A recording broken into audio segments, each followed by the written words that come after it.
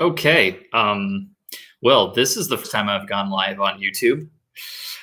Kind of terrifying. I just did this like on a whim, sort of. I saw that YouTube had a live thing, and if you've seen, uh, it, now I can't think of what to say. This is really awkward. I have no problem talking for hours on Zoom to class, to students. And it's weird because normally I at least have people in the waiting room or people in chat, and I can feel like I'm talking to them. But right now I know that I'm talking to nobody at the moment. If you're watching this after the fact, then, you know, obviously I'm talking to you. So I guess I'll just start with why I decided to start doing this live thing. I put this under my vlog playlist, and I wanted to try a different format because I noticed I wasn't vlogging that often. And last night I was recording some voiceover for my latest video, which I have some editing to do on my list, my checklist here. I have to finish my pot rack video, and that is I'm going to be glad to have that behind me because the project's finished. I mean, that's how these project videos go. The project is finished, and then all the post-production, the B-roll, the editing, the video editing takes place. And so these projects, they finish up, and then depending on work schedule, it can be weeks before the video actually posts. I mean, given that I don't do this full time, and I actually have a day job, and so I'm not creating content as like my 8 hours, my 9 to 5. So I'm going to be really glad. The pot rack is finished. We've been using it for a few weeks now, and now it's just a matter of finishing the video and finally getting that behind me so I can move on and do other videos, which I'm excited for. But last night I was doing the voiceover for this and for this video, and I just kept getting tripped up over myself, which is strange because I have no problem talking to an audience full of people, even if it's just a bunch of kids, blank screen on Zoom. It's not a big deal. It's just I can talk. To me it's like talking in a classroom full of kids who are on their phones picking their nose and whatever else they're doing under their desk, starting fires and stuff. I'm not even kidding. I have had kids try and light their desk on fire in school. It's high school. I mean, kids do shenanigans. It's just kind of what happens, and you deal with it. So anyway, I kept finding myself getting tripped up talking to the camera, kind of like what I'm doing right now. Part of it was that I had a script, and usually I'm just really good at ad-libbing, just coming up with what I want to say. Like this is not a script. I don't have any of this scripted. I have some general ideas of what I want to talk about. But that's kind of how I prepare for classes. I don't explicitly outline everything. I just, kind of throw down some bullet points and, stuff to keep myself reminded of what I want to say. And then I just say it. And sometimes I go off on a tangent like I'm doing right now, and sometimes I don't. Anyway, I found myself getting tripped up so much on just talking to the camera. And it was very, what's the word? Unnerving, because I felt that I should be able to do this thing really well. And I wasn't. I was failing at it. And so my wife had to suggest that I walk away from it and come back later. And I did. And that helped. That helped quite a bit. I was able to calm down and, come back to it later. But it made me realize I haven't talked to the camera in several weeks, to YouTube camera, not Zoom camera. And so I figured that I should probably get back into doing some of my vlogging. I've been wanting to do that anyway.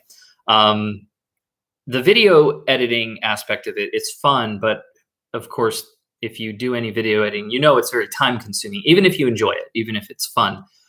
it takes a lot. It takes a lot of effort and energy. So I wonder if this volume is enough. It seems like the volume's high enough.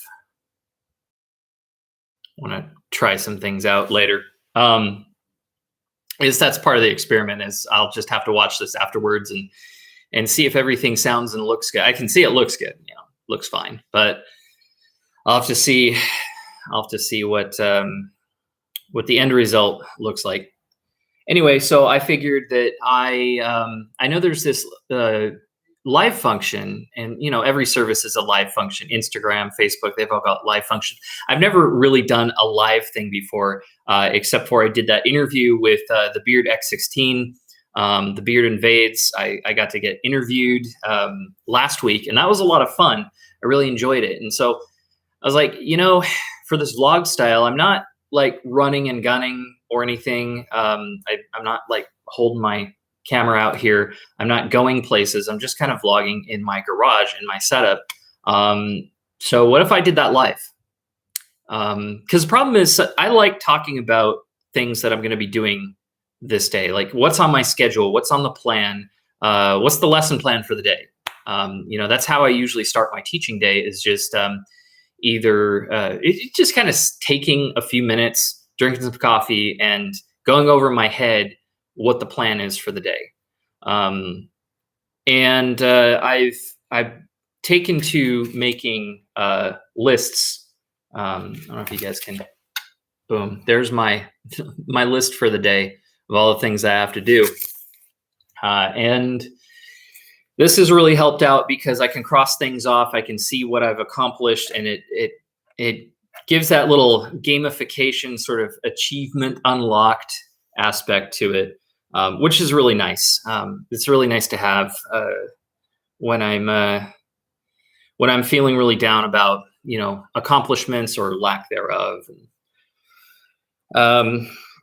So I figured the live aspect would help me. So I wanted to play with the format, and I figured what better way than just to go live and make this an episode and see what the heck is going to happen with this.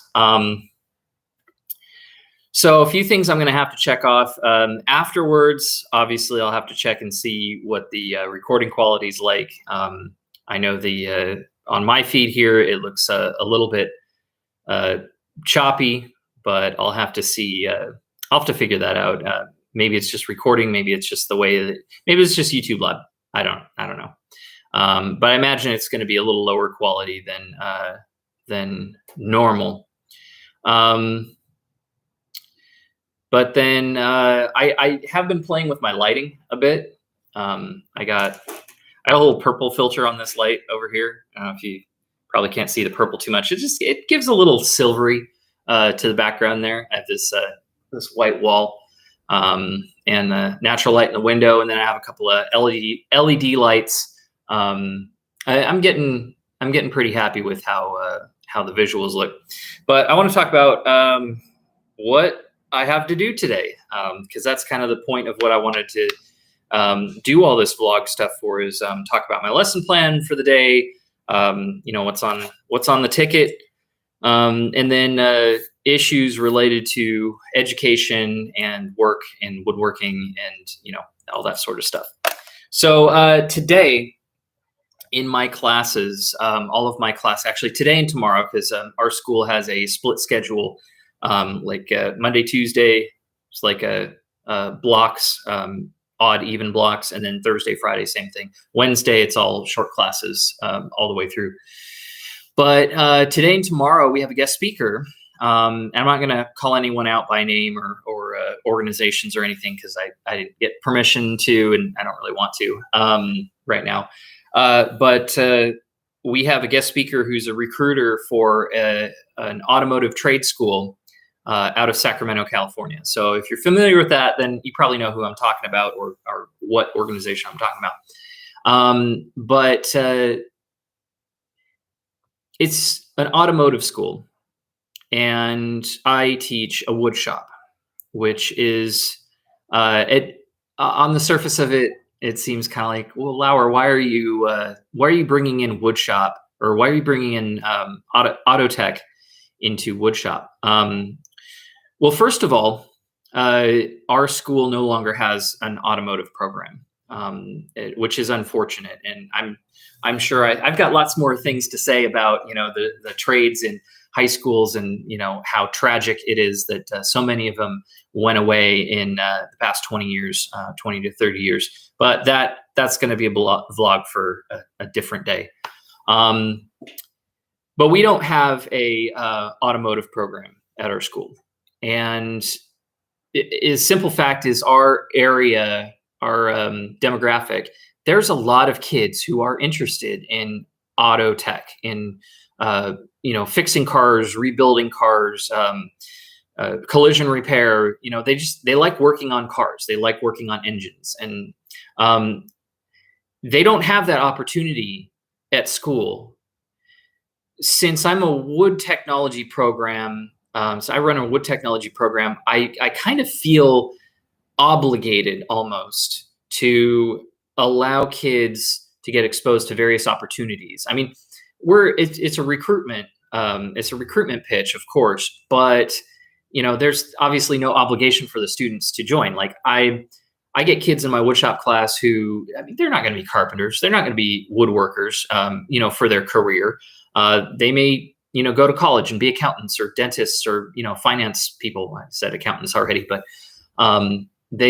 they're not going into woodworking, but they're taking it as an elective because that's something they enjoy. However, some kids will get into construction or carpentry or some related field, some field that's adjacent to what we're learning in class.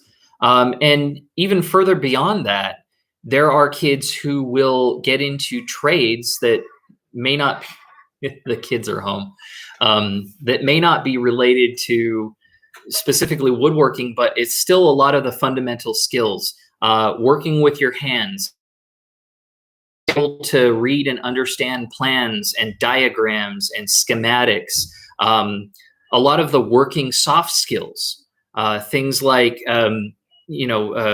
attitude, willingness, being able to show up to work on time, having the attitude that hey, your job is 9 to 5 or 10 to 6 or 8 to 4 or whatever it is. You're working that whole time.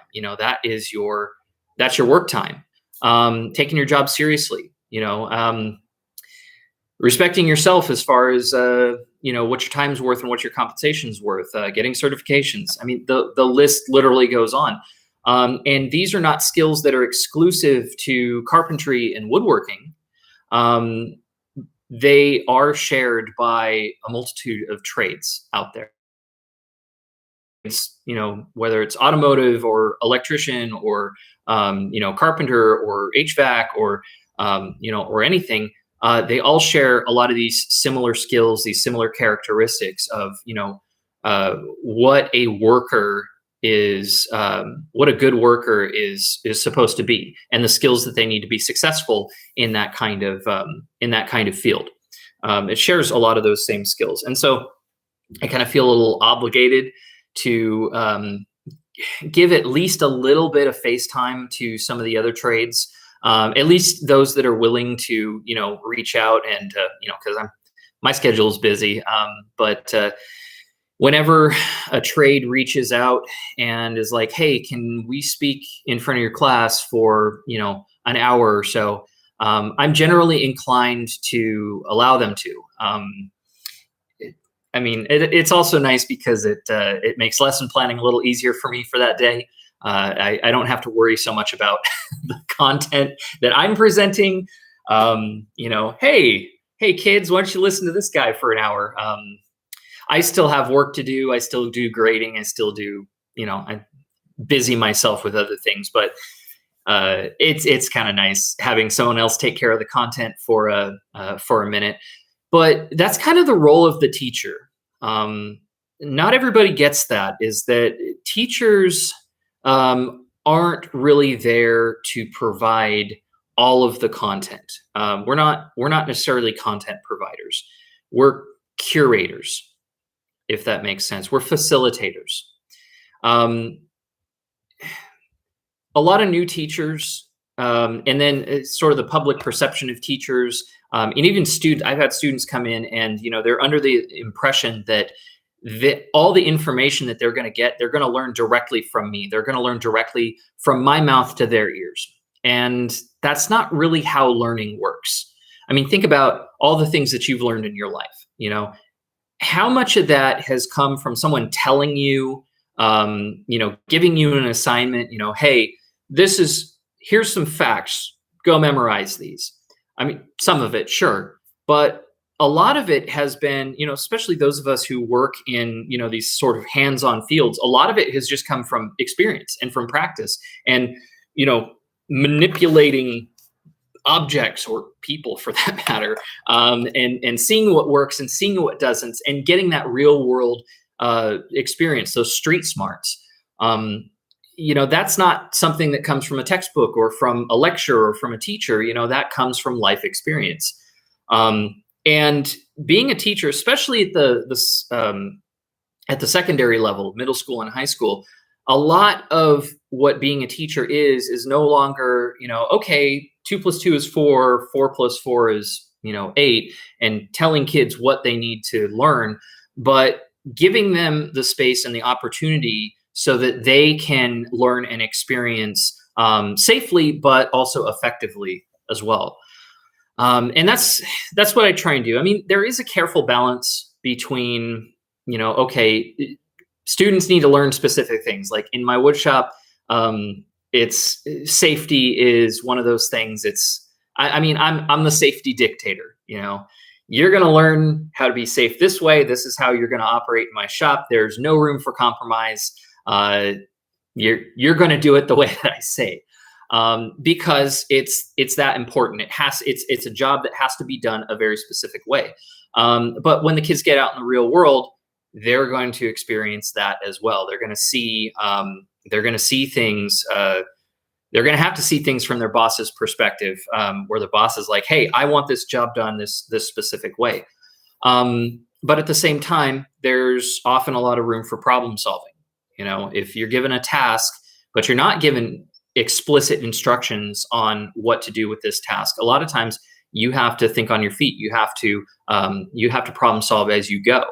And that's not just limited to the, like the college professions out there, the doctors and the lawyers, and the, engineers and accountants. They're not just the ones solving the problems. If you're in the trades, automotive, electrician, carpenter, whatever, you're running into problems every day that you have to solve using your specialized training, your specialized skill set, and your experience over, however many years that you've been in that career. And so problem solving skills are, they're universal. They're across all of these professions, all of these trades. And ultimately that's what we're trying to get kids to learn, is problem solving skills, how to, if you don't know information, how you find that information. If you come into a problem, how are you going to, not how are you going to solve that problem, how are you going to approach that problem? How are you going to tackle that problem? What are you going to do first? What are you going to do next? How are you going to plan for the future? How are you going to plan your day? Kind of like what I'm doing right now. So back to what's on the schedule for today. Actually, I already had first period, which is why I'm doing this right now. If I do this live stuff, I probably do it a little earlier in the morning, like after I drop the kids off and before my first class of the day starts. So that way, works just as much for me as for anyone listening, is to help organize my thoughts. But so yeah, we have that guest speaker is going to be talking about automotive programs available at the school that he's recruiting for, and I hope the kids get something out of it. Sometimes we get some kids who are really into it, and sometimes we don't. But the point is giving them the opportunity, because if you don't make at least the opportunity available, if you don't put it in front of the kids, chances are they're not going to find it on their own. And it would be a real shame if you had somebody with a real aptitude for, any given talent, an aptitude and, a love for like passion for that particular field, and they never get exposed to it, and thus they have to settle for something that that they find along the way. I mean, it happens. It happens to the best of us sometimes, but as a teacher, facilitator, curator, whatever you want to call it, my mission is to lessen that ratio. If every kid, or if as many kids as possible could find the thing that makes them happy and successful in life, that's kind of all I want. That's what I'm looking to get out of this. So anyway, that's what I need to do for class. And then the rest of the stuff on my list, you probably couldn't read it, but I got some video editing to finish. I really need to get that pot rack video finished. I love the pot rack. It looks great. I am so done. I'm ready to move on to my next project. I have to do a thumbnail for that as well. That's going to be a whole nother vlog, is thumbnails. I know it's been done to death, but YouTube thumbnails and titles, it's so vital and so tiny and stupid at the same time that, it's mind boggling. Take attendance. I always have to take attendance on here because since we're distance learning still, I have had days where I forget to take attendance, and that's like the one thing that I have to do every day. So I've been putting it on my list so I don't forget it, and this has been helping out quite a bit. I got to take meatballs out of the freezer to defrost. Don't want to forget that, so we can have some dinner. And hey, I get to cross something off. I did a vlog for today, so yeah, minor victories. It's a little cross out right there. How about that? I'm looking at the timer on here. I'm at 22 minutes. This is actually par for the course because I can sit and talk to the camera just ad-libbing for an hour. Easy. I'm used to doing it in front of classes. Even if no one's paying attention, I don't need to sit there and be like, does anyone have any questions? Oh, okay. Bueller. It's Ferris Bueller's Day Off. If you don't get that reference, it's a good movie. Little dated. Good movie. But yeah, that's pretty much par for the course. This is kind of how I operate. It's just what's really weird is when I have a script and I feel like I'm trying to perform in front of a camera. Not a natural actor, so I kind of want to be. I want to be able to be silly in front of the camera and sort of ham it up. But I guess that's just going to come with practice. Yeah. So, okay. Well, if you are watching this after the fact, make sure you like and subscribe because that's my only form of validation on here, short of people commenting. Actually, go ahead and comment too, because I do like responding to people. I also have an Instagram. Instagram is @LauerArtworks. I'll put that in the description a little bit later. Same thing with Twitter. I am on Twitter. I kind of stopped using Facebook because it was, I don't know, I got out of hand. But I have been on Twitter and Instagram quite frequently lately. So find me and follow me on those socials. And that's pretty much it for the day, guys. We're at 24 minutes, almost 25 minutes, if you can believe it. So hopefully I will see you again soon. I really enjoyed this format. Maybe we'll do this again tomorrow, maybe a little bit earlier. I'll try and get on a regular schedule. So thanks for watching, guys.